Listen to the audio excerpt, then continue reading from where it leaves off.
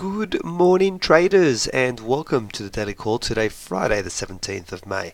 Before we get started, as always, please understand that any advice in today's session is of a general nature only and that your personal circumstances have not been taken into consideration. Okay, let's have a look at what's happened in yesterday's session. The only data to be released was local data, where we saw mixed numbers. The employment change, we had an increase in job numbers at 28.4 thousand, which was more than the forecast of 15.2. However, the unemployment rate also went up to 5.2%. Market went in both directions at the news release. It will start as it tried to digest the information. Overall, Aussie dollar against the US did continue to drop, and we have broken below the 69, and currently we're sitting at 68.90. So let's see where the next support level is, but that's as it stands as we speak.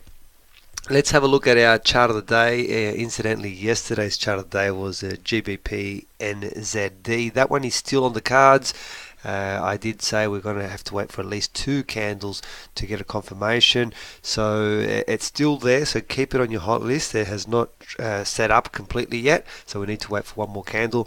But I thought I'd show you something different this morning. The chart that I'm looking at this morning is the euro pound on a daily timescale. And for perhaps anybody newer to be watching the daily call, this particular trade is based on a statistical numbers, and the logic behind it is that we've currently had 9 consecutive days in a row where we've had 1, 2, 3, 4, 5, 6, 7, 8, 9 candles here that have gone in one direction.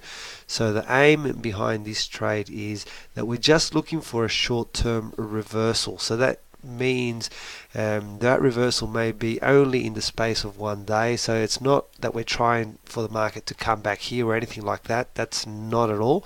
We're just looking for a short-term reversal.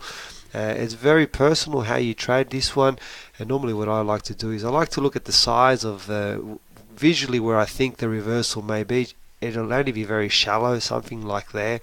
So what you may do is, just do it as a one-to-one type trade, where you place your stop at about that distance equal in the other direction. If you get stopped out, we walk away from it, and we don't want to get in front of a moving train, so to speak. There's a lot of momentum in this direction, but we are looking for just a short-term reversal. So for this one, I've done the numbers. Numbers that make sense for me is probably around about a 30 stop and a 30 target. Size it to your own personal risk, so that's your own decision, but that's normally how I would play this, and I base that based on sort of the size of these candles over here. So there you have it. For those of you who've never seen this before, just keep an eye on it. For those of you who like it and want to take it, all free to go ahead. Euro pound on a daily time scale is our chart of the day this morning. Alright, what's happening in the session which is about to kick off? Well, there's nothing scheduled in terms of data for this session, but the big thing to look out for, especially for us and locals, is tomorrow's federal elections. That runs all day. It may have an impact on the Australian dollar. Historically, in probably the last 15 years that I've been paying attention to elections and how they affect the FX market, in previous occasions I've been expecting a big gap on the Aussie dollar on Monday morning, and it has not eventuated, even in situations where government change was unexpected. So look out for it. If you are trading the Aussie dollar and you are concerned, then perhaps a strategy for you may be not to hold open positions over the weekend if you're concerned about any gapping that may take place on Monday morning. Okay, so there you have it. That is all for the session, guys. As always, please feel free to contact us if you do have any questions.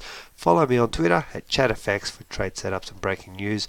Most importantly, hope you all have a fantastic trading day. Have a great weekend, and I will speak to you all on Monday for the Daily Call. Bye for now.